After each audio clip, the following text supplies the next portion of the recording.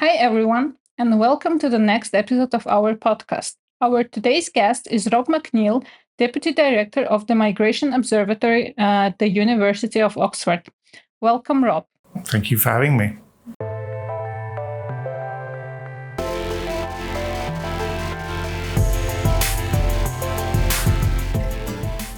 So today we're going to talk about migration and media. And my first question would be, why is it important to talk about migration in media, and what role does media play in proper communication of messages about migration and related topics?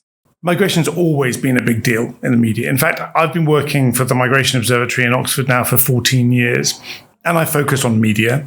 And for 14 years, whenever anybody asks me what I do and say, what do you do? And I say, I work on migration and media issues. They say, you must be busy right now. And they've been saying the same thing for 14 years. So it's an issue which has always created concerns and tension, because it's essentially something which, whatever country you're in, whatever country you're traveling from, there are always questions of of identity, like of the us and the them, and ways that people like to kind of play each other off against each other. So media has a challenging job as well, because media has to report on issues of national interest and things that concern people. And so media will commonly, and media also, we have to remember that media doesn't mean just one thing. There are multiple different types of media organization. They all do things differently. But when organizations deal with a really complex phenomenon like migration, they often boil it down to one really simple idea: the migrant, the idea of somebody arriving to do something. And usually they're framed, or they're described in quite negative ways. It's one of them coming into our place, right? And I think that is it's something that I think to some extent naturally generates suspicion, right? But the problem is that the reality of the situation is so much more complicated than that those simplistic definitions often kind of end up sort of driving people who read media content or see things on TV about migration to imagine that this very complicated thing is very simple and there's an easy answer to it. For example, you just kick the migrants out, or you don't let them take your job, or any of these kinds of things, right? Which all seems, when you just say it like that, it seems kind of like, of course you could do that. Why would you let migrants take our jobs, right? But the reality is much more complicated than that. So when media describe these things, they're kind of constrained by the limits of media products. A story can only be a few hundred words long if you write it. A video piece is generally, for a news piece, it's generally a couple of minutes long. So how much detail can you give people? How much can you create a sense of the humanity of the individuals that you're dealing with in these places? So this is a very long answer to that, and a very vague answer to a sort of complicated question. I think that fundamentally, it's as I say, it's always been an issue, and we've been talking today, you and I, in fact, today and yesterday, when we've been doing some training on these issues, about the fact that actually, even if you go back to biblical times, if you look at stories in the Bible, things like the story, or in the originals, the basic texts of the Abrahamic religions, Judaism, Christianity, Islam, they all deal with issues of migration. The Exodus, when the Jews were forced out of Egypt by the Pharaoh, the Hijrah of Muhammad, the flight of Jesus to the desert, into Egypt. So these are all stories of migration, okay? Just in the same way that we can look at cave paintings from 10,000 years ago and see depictions of people moving. And what do you have with a cave painting? You've got the medium of communication that people had at that time, right? And that is what media is. It's mediums of communication. So these sorts of things have always dealt with migration. I think that right now there is one thing that is really important, which is that it's easier for people to travel now large distances than it was maybe 100 years ago. So it is happening more. And we have these things that have happened, like, for example, after the Second World War, we had the creation of the Refugee Convention. And the Refugee Convention is a wonderful thing that provides protection for people and means that countries, in theory, have to try to ensure that people who are trying to escape persecution can be protected, right? That's great. But it also means that there's an international instrument which provides a sort of trump card for immigration systems around the world. And that creates all kinds of challenges and problems because often countries don't want to have to deal with large numbers of people. And often people think that they can claim refugee status or asylum when actually they don't have the rights to do so. So it's a complicated set of situations. And obviously after there's been an increase in global conflict and problems over the last sort of 10, 15 years or so, particularly with things like the war in Syria.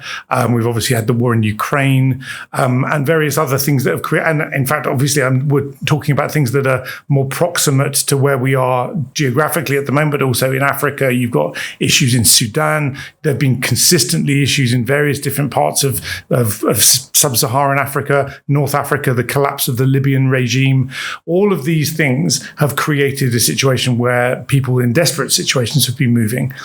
But at the same time, huge numbers of people move around the world for work, for study, to join family members. So there's all of this stuff that's going on, and it creates tensions and challenges in media and in public debates around the world.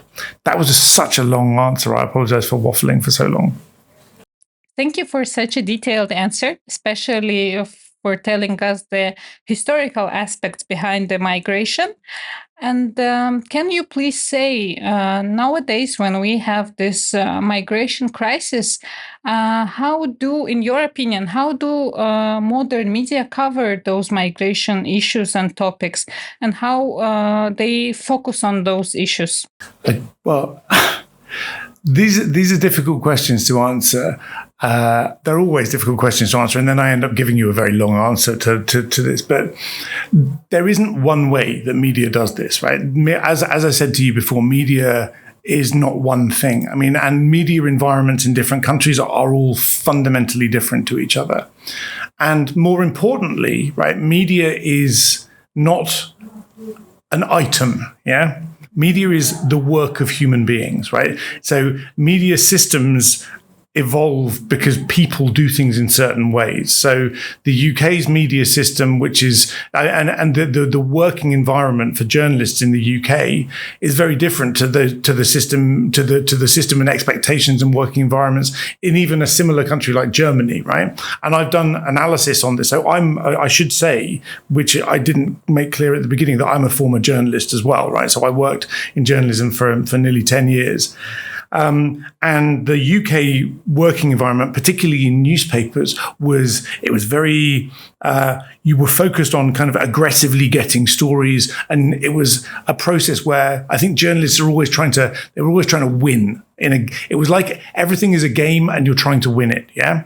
And so the better the story you have, the more you can maybe create problems for, like if there is a politician that your newspaper doesn't like, right? Then, you'd be going out to try and create problems for that politician. Or there would be scenarios where, you would, just getting a story on the front page was a big win. And so you'd be aggressively trying to get a more sort of powerful story, right? Whereas in the German media, and I did some qualitative interviews with journalists in a number of different European countries, the German media was much more focused on there was more of a sense that it was an educational process, that they should be there to inform people and share wisdom and knowledge, right? Okay, which sounds better, right? It sounds better than this slightly aggressive and horrible British approach to doing things. But the outcome of it was also that it was slightly kind of, it would sometimes mean that the journalists would be a little bit kind of like self-important in the way that they would do it, but it would also potentially mean that the products would be less exciting, right? And actually, all of the time, these are products that people have to sell, right? And if you're selling a product, then you have to create something that is appealing to the audience that you're producing for, right?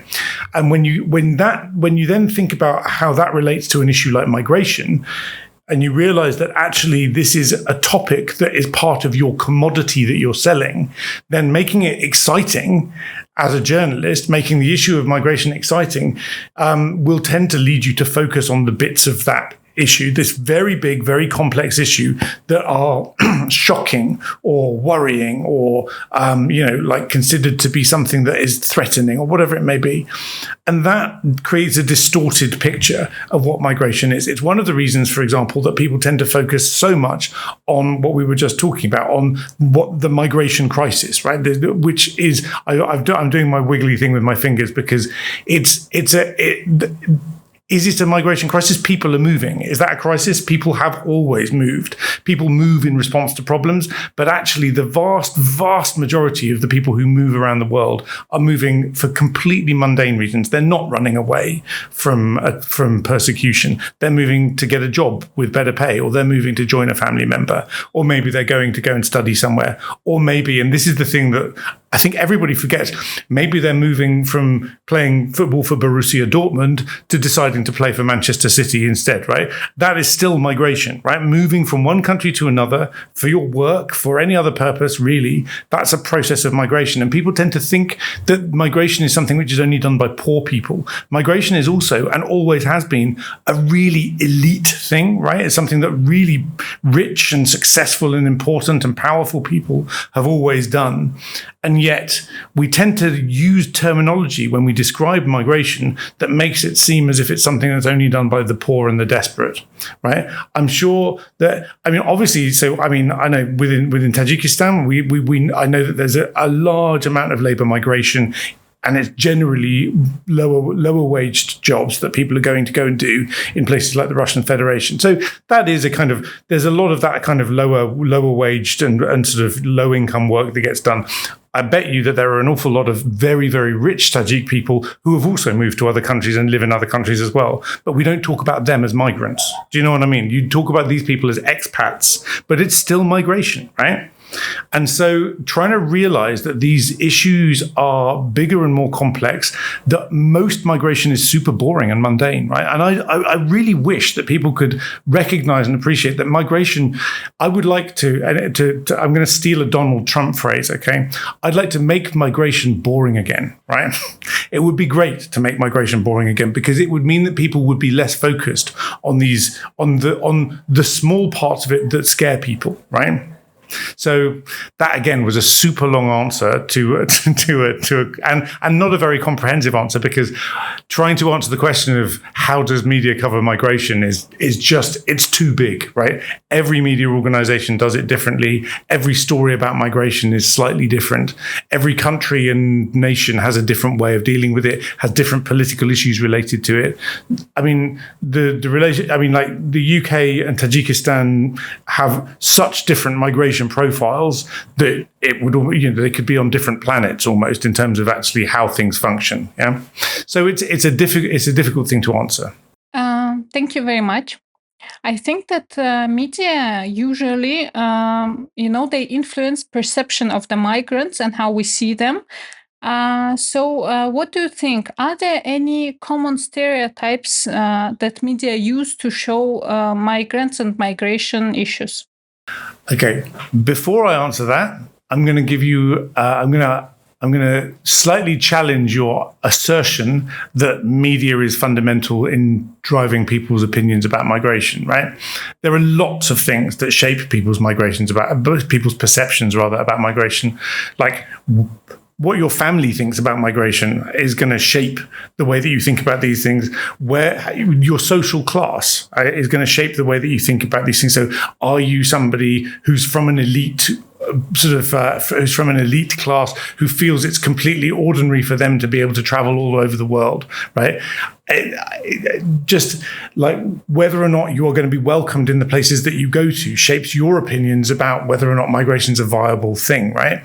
So there are all kinds of things that affect the way that people think about migration quite outside just media depictions. Now, media, I think, is an important space in which ideas are generated, in which narratives get refined, and in which the sort of storytelling processes that have been probably established over many, many years in lots of countries get reiterated. But if you take a country like Hungary, for example, right?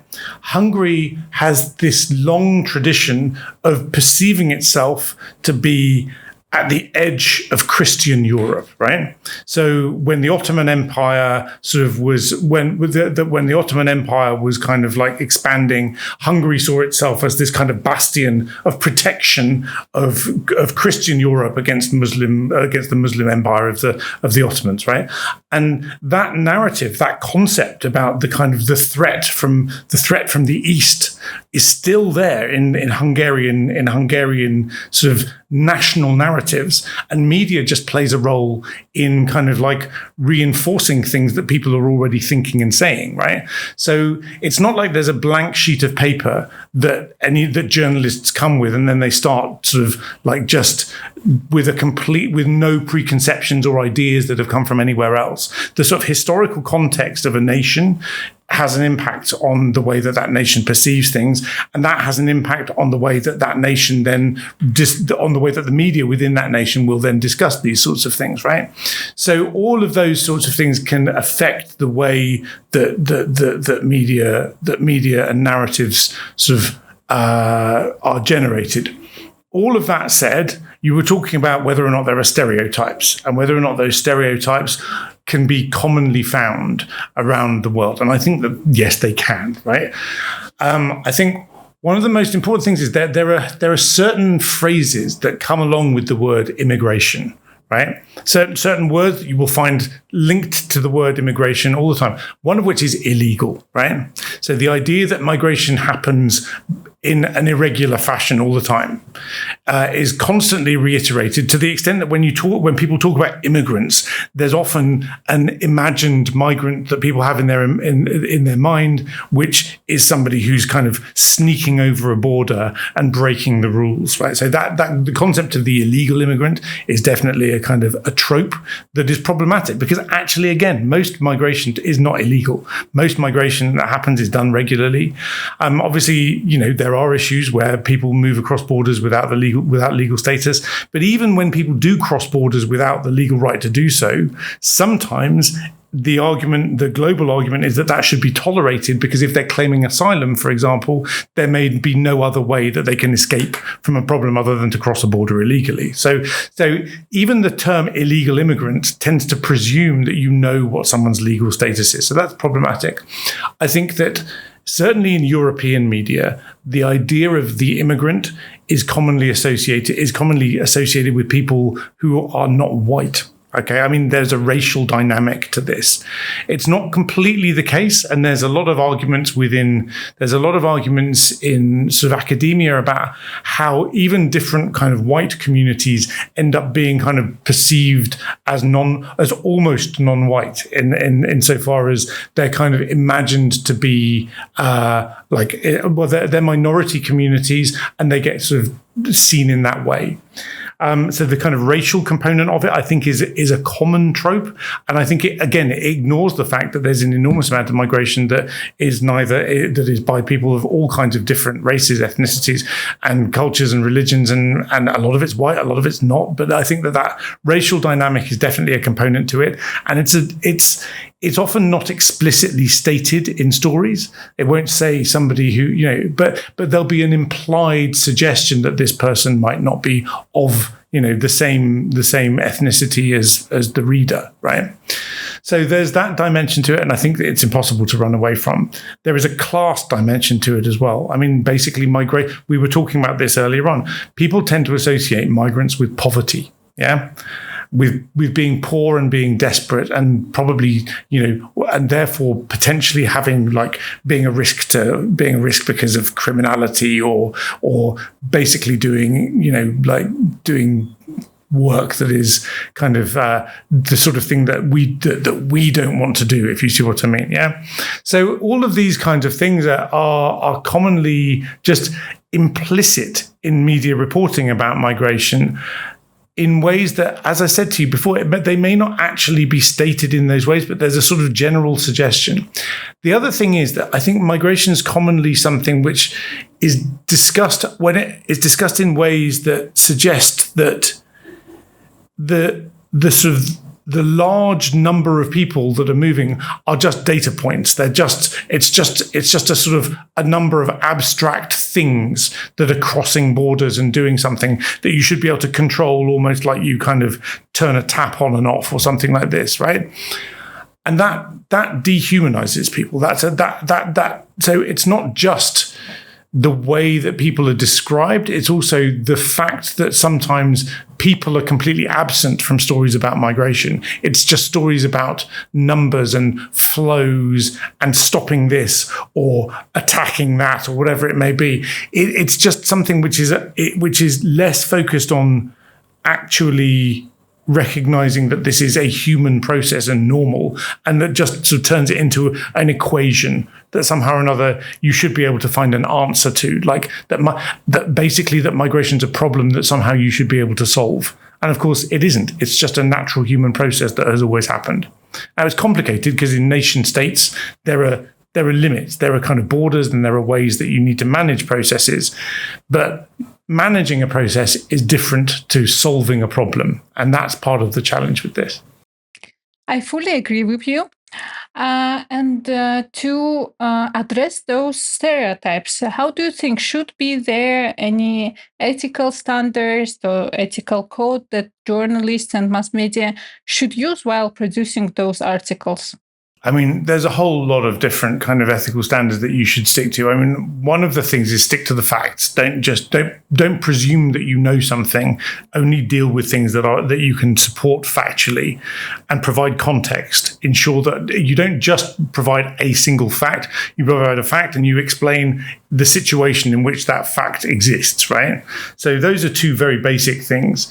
I think being very careful about the words that you use. I mean, there like the term illegal immigrant is broadly problematic because it implies that someone's existence, someone's very existence is criminal, right? And it also implies that you know what that person's legal status is. Now, there may well be situations where you're dealing with someone who has gone through a sort of legal process and has been demonstrably shown to not have a legal right to be somewhere. That's fine. But a lot of the times when people are writing about illegal immigrants in inverted commas, they're writing about people with a supposition that person doesn't have a legal right to be somewhere, rather than with definite proof that that's the case, particularly in the context of, as I said to you, the asylum question, because the Geneva Convention says that basically people should not be penalized for their mode of entry if they're going to claim asylum. So they should, and if you are claiming asylum, you are legally resident somewhere, even if you entered illegally. So be careful about the kind of words that you use. Be careful about the metaphors that you use, okay? So, I mean, journalists like to use language which is creative and which creates mental images for people and all of that sort of thing. And that's really important. But if you start using metaphors that imply disasters, for example, then so there's a common thing is talking about floods of migrants, right? And a flood clearly is a disaster concept. In the UK, there were descriptions in the run up to Brexit of swarms of migrants, these kind of animal metaphors, these things that, again, they all take away from humanity, and they leave us in a situation where we don't think about the reality of the fact that this is people and people need to be protected, or not just protected but respected is a better way of putting it. What else? I mean, be careful with numbers. I mean, like, numbers can mislead. It's really important. Data journalism is really valuable, and data is a really important thing to use to provide factual information, which is what we were saying you need to base things on in the first place. But you have to understand what numbers actually mean. If you're looking at the number of migrants in a country. Well, what do you mean? Do you mean these are people who are foreign born, or do you mean that these are people who are foreign citizens? Do you mean that these are people who you have defined as being not part of your community in one way or another? I mean, there's all sorts of different ways that people can be defined as migrants, and so even knowing how you're counting people is really important. But also, like, understanding how somebody got into a data set in the first place is really important. So there's that. I'm trying to think of other things that you need to remember to do. I think the other thing is, don't sensationalize. Like I say, of course you want to tell interesting stories as a journalist. That goes without saying. But but just trying to do something which just makes a story exciting for the sake of it being exciting, that potentially creates problems and damages people further down the line, is something which I would strongly recommend is avoided. It's a difficult thing to do because as a journalist you're balancing two things: the need to provide information and straightforward independent analysis of something, with the need to provide something that people are actually going to enjoy reading. So you try to make things thrilling somehow or another. But you just have to pare that back a little bit, because when you're dealing with human beings and things that are going to have fundamental impacts on people's lives, you need to be respectful of that. And I think respecting humanity is really at the heart of the ethical considerations. Oh, one more thing. You also, if you're actually doing work, which involves interviewing migrants, talking to people about their experiences, then always making sure that you actually have their consent, that they actually understand the consequences of talking to you. They may say something to you which is going to damage their legal rights to be in a country, for example, and they need to know what you're going to report them saying and who's going to see it, right? So being clear about their understanding of what it means to participate in a story that you're doing is really important. So that's important too. I see.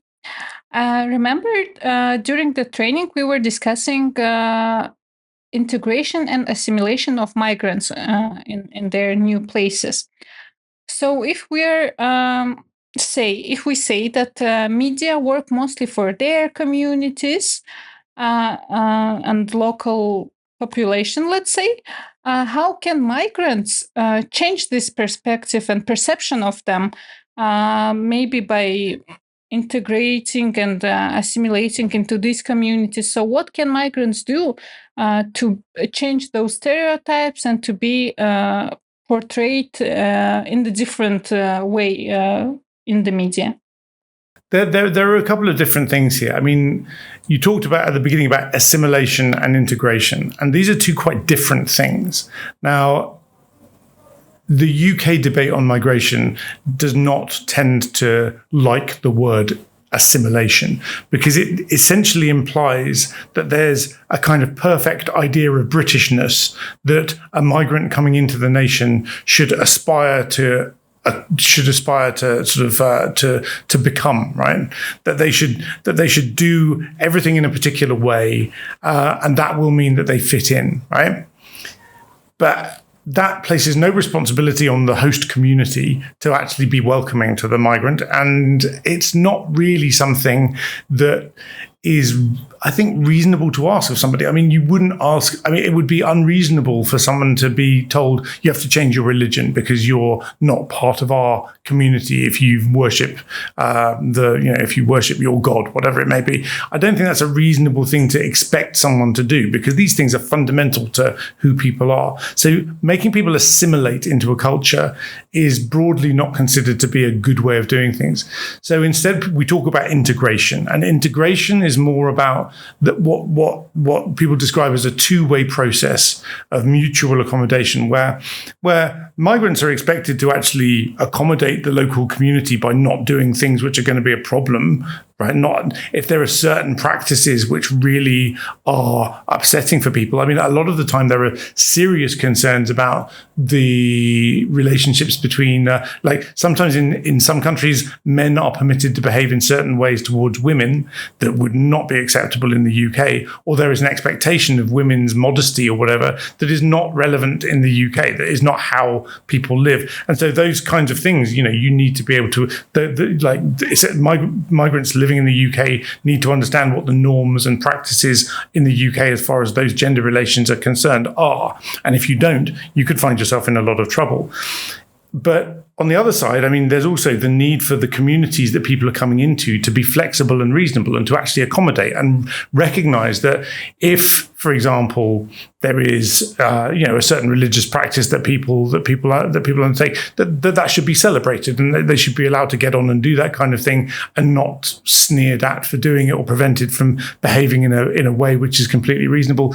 Or that if people want to dress in a particular way, or if people want to cook certain food, that should be the sort of thing that is celebrated and enjoyed, and that we can all kind of enjoy together, rather than being told, no, if you're not cooking fish and chips, then we're not going to speak to you. I mean, it's not useful or valuable. So for societies to shift and change and accommodate different practices, to respect people's experiences, and to understand that people come from different backgrounds and have different ideas about things on both sides, is what integration is really all about. And so I think that when migrants make an effort to understand the communities that they move into and to be respectful to them, that's always a good thing. I think it's important that the communities that they move into are also, and I think media can play a role in priming those communities to be accommodating, welcoming. I mean, it's difficult to make someone welcoming, it's difficult to tell someone you should be welcoming if they don't want to be. But if you don't create, I think you need contact on both sides, and you need learning from each other in order for any communities to function well together. And I can't really think of a better way of doing it than that. I think media can play an important role in this kind of thing, but one of the important parts of this, from the perspective of media, is actually having representation from migrants in stories about migrants, right? So there's a person that I work with in the UK a lot who works on migrant representation in media, and she said, you wouldn't write a story about women without including a woman's voice in there. Why would you do that? That would be it would clearly not be respectful, and it would clearly not only tell one part of the story, right? And similarly, if you're going to write a story about migration, about migrants, about how people are living in a given place, then you need to give space to those people to explain how they feel, what they've gone through, what they've experienced, and that kind of thing can make a big difference as well. So actually, that's to some extent the responsibility of the media in that country, but also a little bit the responsibility of the diaspora community to try to make its voice heard in the spaces where the community might learn about them and from them. So again, I've given you some very long answers. I'm sorry. Thanks a lot. Actually, I like that you cover, all other questions I had, and the podcast is going really, really smooth. We have talked about the past, present, and let's talk about the future a little bit. How do you think the technology will affect migration and its coverage by mass media? So that's an interesting question. I think the first thing to remember is that technology is already massively affecting migration. Like having a smartphone, having access to video calling and all this kind of thing has had a radical impact on the lives of people who've moved overseas, because it means that they can stay in touch with their families, right? And 10, maybe 15 years ago, this was pretty unheard of, right? And all of a sudden, the world has changed. So it makes it a lot more feasible. It makes it less frightening to be away from your family if you know that you can talk to them on WhatsApp every day, So that kind of thing makes a big difference. So that's already, I think, facilitating it more. There's a lot of other things that are happening as well. Basic things like having having the ability to geolocate people is really important in terms of some of these issues with I don't know if you know about IOM's Missing Migrants program and things like this. These projects, because in situations where people make dangerous journeys to claim asylum in places, actually having a smartphone again is really, really valuable, because it provides information about who you are, where you're going, and can be quite an important safety net. So these are a couple of examples of things that have already happened that are quite valuable. Now, within the context of technology, I mean, and the future. I mean, it depends on whether or not you include this as technology, but we've been churning out carbon emissions for 200, 300 years on such a massive scale that we're obviously seeing massive problems with climate change.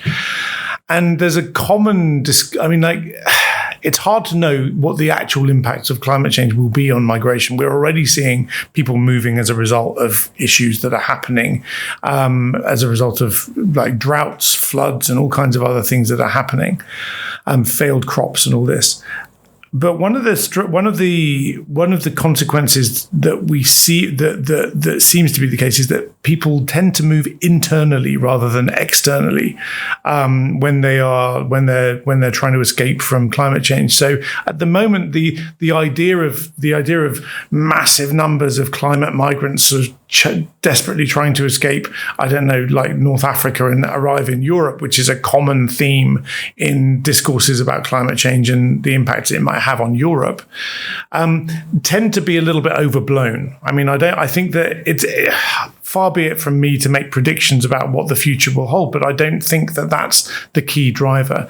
And I think it's very complicated and expensive to migrate, even if you're migrating irregularly. Right? It's not free by any stretch of the imagination, and people risk a lot to do these kinds of things. So it's much more normal that a kind of like a strategy to avoid that kind of consequence would be to move internally rather than externally. So that's I think a couple of factors that have shifted things already and that potentially will shift things in the future.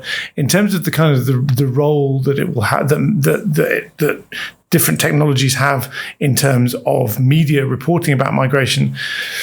Well, I mean, again, it's hard to know, but I mean, things like AI and translation software, these make a massive difference. We were talking earlier on about people being able to make their voices heard. Well, it's hard to make your voice heard if you don't speak the language of the country that you're traveling to, right?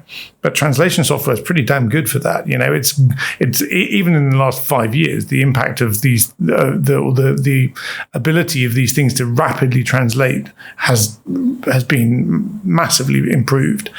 And so if you want to contact if you're living in the UK or the Russian Federation or whatever, and you want to make your voice heard, you actually have a mechanism to do that. That maybe I suppose most Tajiks will speak some Russian anyway, so that's not going to be such a problem. But in the UK, it might be pretty difficult.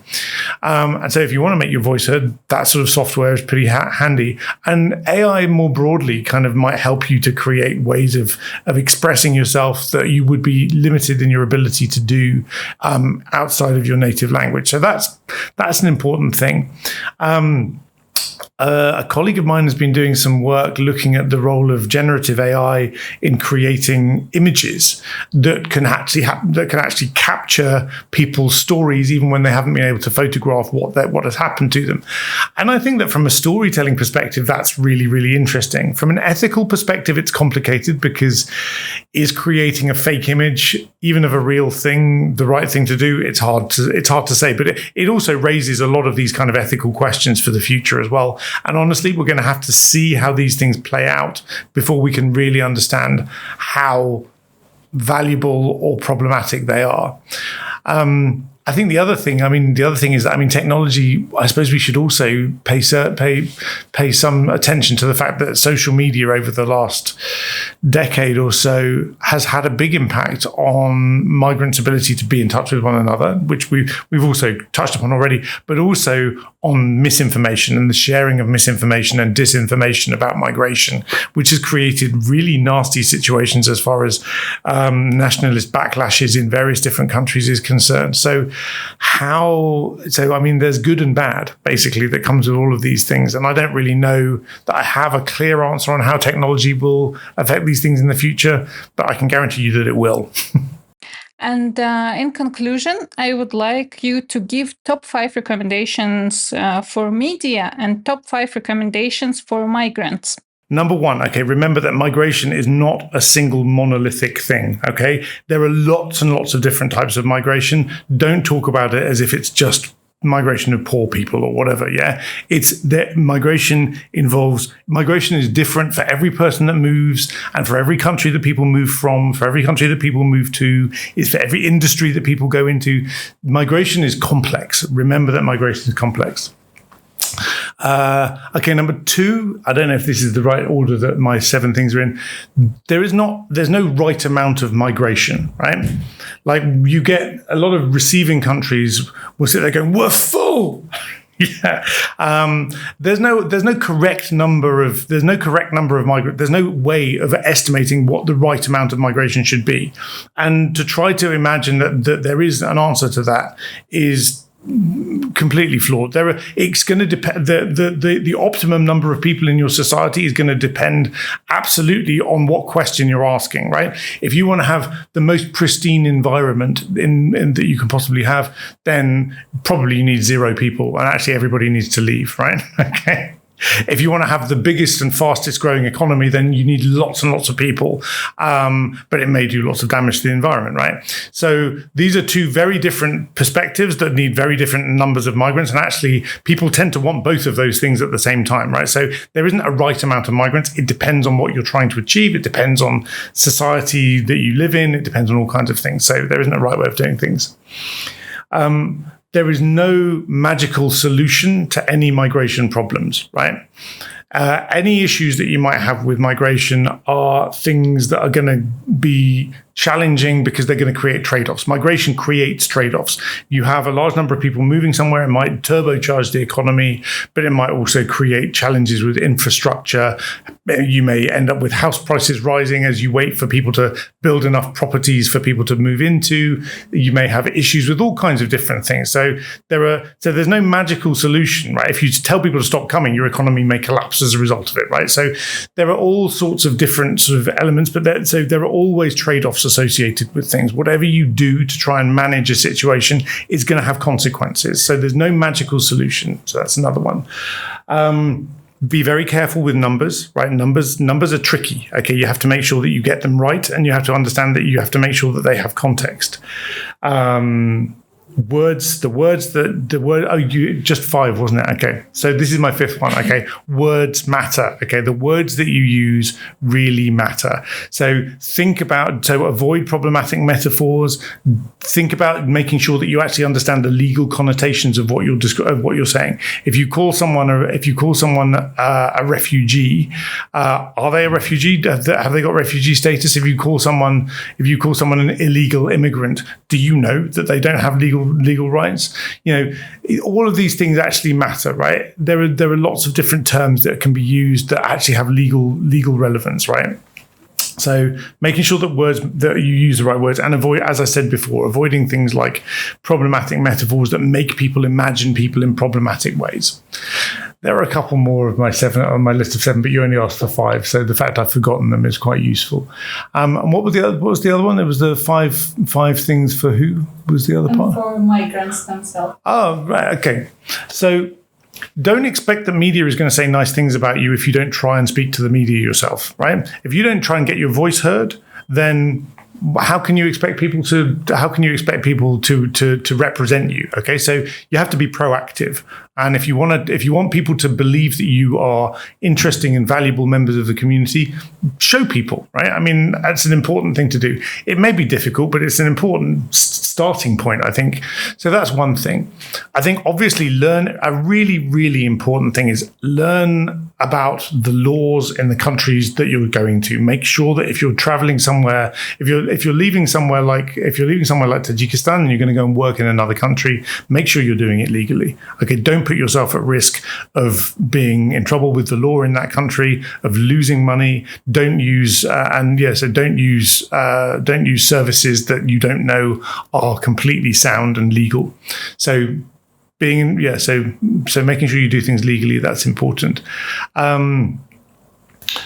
Read the media, use media, and learn about how you are perceived. Learn about the customs and culture that are going on around you. So not just about the laws, but actually about what are the norms and practices in the environment that you're going to, so that you can understand and participate in society there, or at least you can be respectful of society there and not act in a way which is going to be problematic. Be friendly. Being friendly goes a long way. And what else? yeah, remember that you're doing something good, okay? Remember that what you're doing is brave and positive and makes a contribution not only to your own, if you're working in another country, not only, and particularly if you're sending remittances home, you're not only benefiting Tajikistan and your own family and the people there, but you're also benefiting the country that you're going to, because you're helping the productivity of that nation and you're being a useful component of life and society there. So don't let anyone tell you that you don't matter, because you do, and stand up for yourself. I think these are really, really important things for people who migrate, and we should always remember this. Thanks a lot. It's okay. My pleasure. Thank you guys for watching us, and please stay tuned. We will have more and more interesting podcasts. Don't forget to like our posts on Instagram and follow us on YouTube and Instagram as well. Thank you. Bye.